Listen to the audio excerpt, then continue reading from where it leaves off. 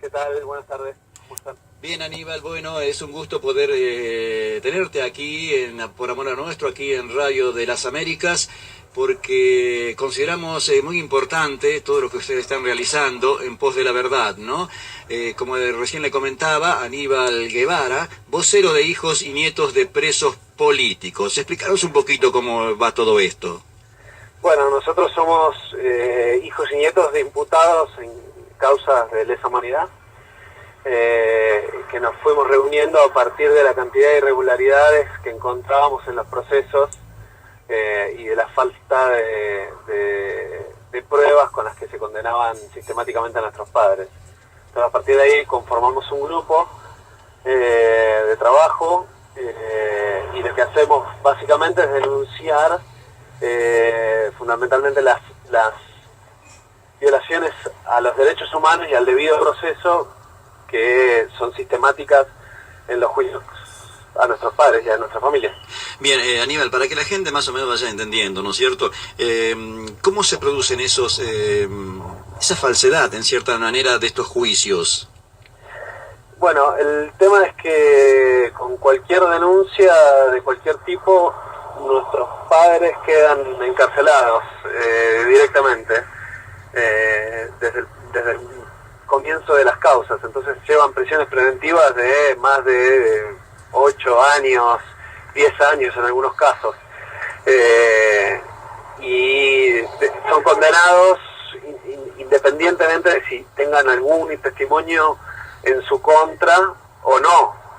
O que inclusive testimonios en los que hablan bien de ellos, y de todas maneras son condenados a 20 años, cadena perpetua, 15 años de prisión, y estamos hablando de gente que mayoritariamente tenía alrededor de los 25 años, estaba en los 20 en aquellos años. Sí.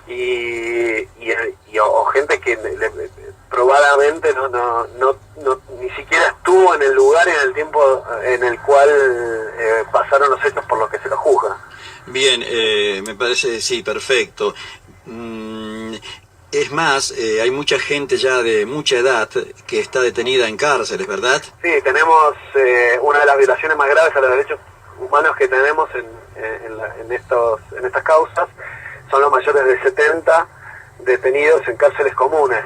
Y no solo los mayores de 70, sino los menores de 70 con enfermedades que también están en cárceles comunes. Hay gente con Alzheimer, hay gente con incapacidades, hay gente que no está justificada desde ningún punto de vista. Eso, desde ya, que la prisión preventiva es una violación al principio de inocencia en sí mismo. Entonces tiene que estar justificada por peligro de fuga, caso por caso, por peligro de fuga, entorpecimiento de las causas, caso por caso. Y acá a todos se les aplica prisión preventiva, indiscriminadamente. Ajá, para que la gente entienda. Sí. Por ejemplo, una persona que está muy enferma, está allí en la cárcel, no lo dejan libre por su peligrosidad, por ciertos motivos. Y hay, ¿no?, por ejemplo, casos en silla de ruedas de Alzheimer que están en una cárcel común por peligro de fuga. Bien, por peligro. Ridículas. O una persona de 79 años, por lo mismo, por peligro de fuga, entorpecer la causa supuesta, hubiera aprobado, simplemente por generalidad. Perfecto. Preso en una cárcel de Santiago del Estero donde hace 50 grados de calor, lejos de su familia. Sí. Eso es lo que pasa. Y el problema con esto no es que los mayores de 70 sean menos peligrosos para la sociedad o los perdonemos porque sean gente mayor. El problema es que el Servicio Penitenciario Federal, o ningún servicio penitenciario, puede garantizarle la salud, porque están preparados para un promedio de edad de 30 años. Y considera a todo mayor de 50 años inclusive como geronte dentro de las calificaciones, de las clasificaciones del servicio penitenciario. Entonces acá tenemos gente a las que no pueden garantizarle la salud, que es otro de los derechos que se violan, el derecho a la salud. Bien. ¿Sí? O también el derecho a la educación, porque, por ejemplo, a todos los que están en la provincia de Buenos Aires, la Universidad de Buenos Aires les prohibió la posibilidad de acceder a los planes de educación penitenciaria a los procesados y o condenados, o sea, ni siquiera con condenas, simplemente con un proceso, o sea, para la ley siendo inocente, sí, todavía les prohíbe estudiar a todos. Y eso está avalado por Eugenio Zaffaroni, sí, que es uno de los jueces que en última instancia va a juzgar a nuestros viejos. O sea que la Universidad de Buenos Aires está prejuzgando a nuestros padres, avalados por uno de los representantes de la Corte Suprema. Bueno, bien, vamos a decirle a la gente para que entienda que una persona de 70, 80 años que está inválida es más peligroso, aparentemente para esta justicia, es más peligroso que una persona que violó, mató, desgolló, descuartizó a otra persona y a los 15 años sale de prisión porque ese parece que no es peligroso. A ver, sí, ¿no? el tema es que los derechos humanos se los tienen que respetar a todos. Al que fue acusado o condenado también por violación o lo que sea, si su condena es de 15 años, la cumple y tiene que salir, y si tiene beneficios, los tiene que tener todos. Aníbal, el tema es que acá a un sector de la población le están negando absolutamente todos los derechos. A eso me refiero, Aníbal. Una persona de 20 años que hoy va, viola, mata, a lo mejor dentro de 10 años lo sueltan porque parece que ya se educó. Y las personas que están detenidas, que ya tienen 70, 80 años, que no se pueden mover, parece que son más peligrosos, cosa que es ridículo, ¿no? Partimos de la base que según la Constitución y según los tratados internacionales, las cárceles no son para castigos, sino son para resociabilización. Bueno, cosa que... Y acá tenemos gente que en más de 30 años no cometieron ningún delito, o sea, y los anteriores ni siquiera se los pueden probar. Pero Aníbal, vamos a ser honestos en esto, ¿no es cierto? Eso de rehabilitación para algunos, porque los que están condenados por lesa humanidad, así no hayan cometido nada o hayan salido testigos de algo y siguen presos, parece que para ellos no se puede rehabilitar, porque ni siquiera le dan la oportunidad de seguir estudiando, ¿no? Hola. Bueno, se nos cortó la comunicación, lamentablemente. Ustedes ven cómo estas cosas que están pasando, que estas cosas que suceden, y no es que uno mienta ni nada por el estilo. Entonces, a mí, cuando me hablan de los derechos humanos, y por eso yo digo siempre mi desafío a los derechos humanos, que pueden venir acá porque... Bueno, se había cortado. Sí, se me cortó. Bueno, Aníbal, adelante, por favor, seguí exponiendo lo que quieras decir. Perdón, bueno, te estaba diciendo sí, que estamos hablando de personas que o sea, independientemente de lo que puedan probar o no del pasado, seguramente en estos 38 años que pasaron en adelante no han cometido delitos. Entonces el fin resociabilizador de la pena no tiene ningún sentido para ellos, ¿sí? Entre otras de las cosas. Y como te decía, el servicio penitenciario no puede garantizarles la salud, entonces se están muriendo y ya hay 265 muertos en estas causas. La mayoría, casi la totalidad de estos, sin condena, o sea que inocentes para la ley. Aníbal, ¿los derechos humanos no van a visitar a esta gente? No, por supuesto que los organismos de derechos humanos en Argentina en realidad están ocupados, como consideran que nuestros padres son la escoria de la sociedad, ocupados en justamente que no se les respeten. Son los que hacen las denuncias, por ejemplo, voy a hablar del caso de mi padre, que hicieron la denuncia cuando estaba trabajando en el penal para que les prohibieran trabajar, y que después hicieron denuncias para conseguir el traslado a Buenos Aires. Él estaba detenido en Mendoza, y conseguir primero que tenía muchas visitas que podían ir a verlo, tenía muchas hojas de gente autorizada a visitarlo, y después que hizo denuncias que el fiscal mismo consideró falsas, que en base a esas denuncias el juez aprovechó esa denuncia para trasladarlo a Marcos Paz en el mismo momento en el que estaban trasladando a todos los de Campo de Mayo a Marcos Paz. Escúchame, Aníbal, la pregunta es esto, ¿no? Sí. A ver, porque yo te lo pregunto para que la gente también entienda. Vamos a hablar. Alguien comete un crimen en la actualidad, lo más horrendo, lo llevan preso. Los derechos humanos velan para que se le respeten los derechos humanos a ese asesino, ¿verdad? ¿Sí? Bueno, acá... La persona. Acá, en la década del 70, hubo un enfrentamiento, pueden estar de acuerdo, no pueden estar de acuerdo.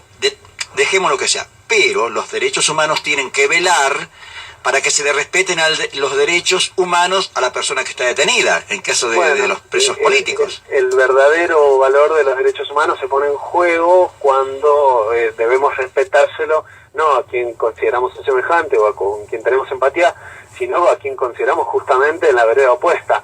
Ahí es donde el valor de los derechos humanos se pone verdaderamente en juego. Por eso nosotros decimos que en estos 10 años de política de derechos humanos hemos pagado un costo altísimo, un costo económico de un presupuesto de casi 6.000 millones de pesos por año para que los juicios se lleven a cabo, un costo cívico de de ser en parte todos los ciudadanos, en parte violadores de derechos humanos, porque nuestro Estado está violando los derechos humanos, el costo institucional, que es enorme, porque tenemos el 60% de la justicia federal abocada a estos delitos, que está abocada a la resolución de conflictos para el que no tiene herramientas, porque la persecución penal indiscriminada, como está indiscriminada y desmesurada, como está planteada, esta persecución con fines políticos, lo único que logra es silencio. Entonces, estos juicios no aportan nada a la verdad. No han habido testimonios nuevos en estos 10 años, testimonios que aporten verdaderamente a la verdad,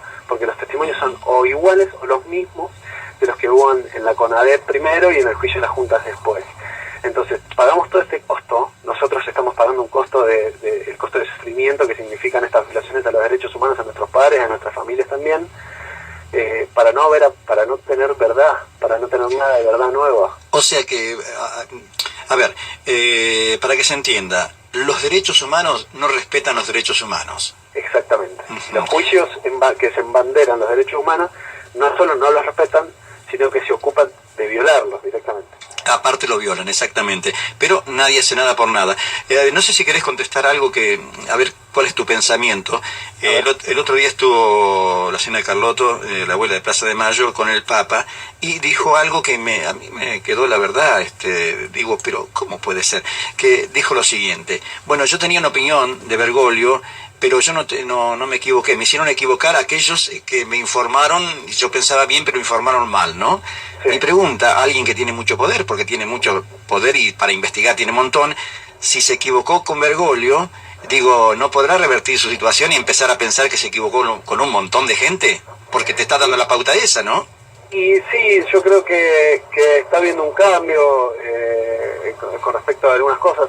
La visión que muestra Guido, su nieto, Ignacio Urban, realmente es una visión mucho más apaciguadora, es una visión, ella ahora no demoniza a los padres adoptivos de Ignacio como si lo ha hecho con otros. Entonces evidentemente se está generando un cambio y por supuesto es muy interesante pensar que si se equivocó con Bergoglio se puede haber equivocado con otros, y puede ser un gran primer paso para empezar a tender puentes y empezar a apaciguar, digamos, tanto dolor y tanta cuestión que traemos en nuestra historia.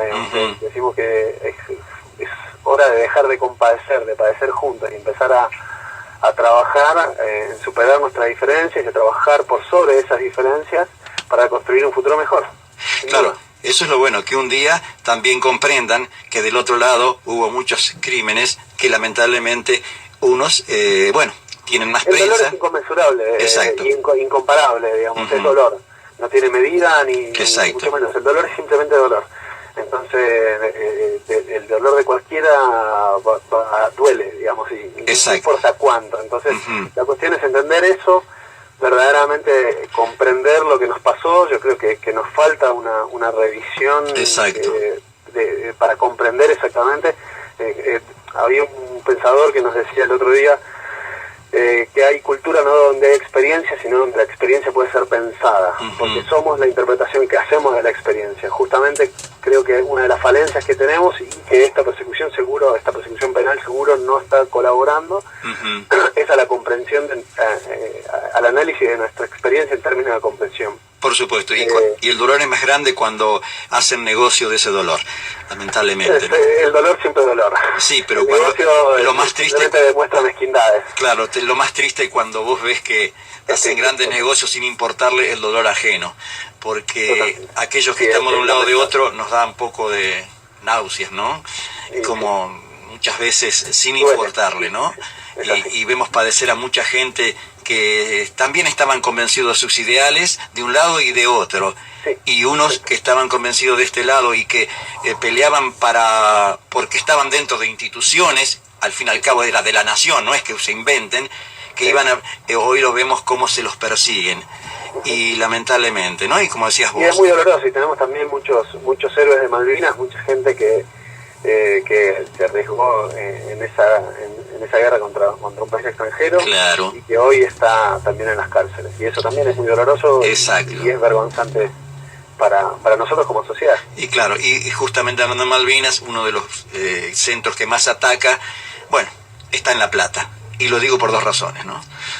Está en La Plata y está en La Plata. Pero bueno, escúchame, Aníbal, yo muchas gracias por el espacio. No, por favor. Y estamos a disposición siempre que podamos aportar algo. Cuando guste, vos sabés que estamos aquí, este es un pequeño fortín y estamos tratando también hace años, queremos saber la verdad de la década del 70, queremos saber pero sin venganza ni nada por el estilo. Lo que pasó, pasó, como decís vos, hay que aprender y de una vez por todas, bueno, ojalá, como también vos comentabas, que la abuela se dé cuenta que posiblemente esté equivocada en muchas cosas, y que debe resolver, comenzar a replantearse, porque yo recién decía Bergoglio porque tuvo la suerte de ser papa, porque hasta hace poco lo querían hacer puré, así que, bueno, Aníbal, ¿algo más que decir?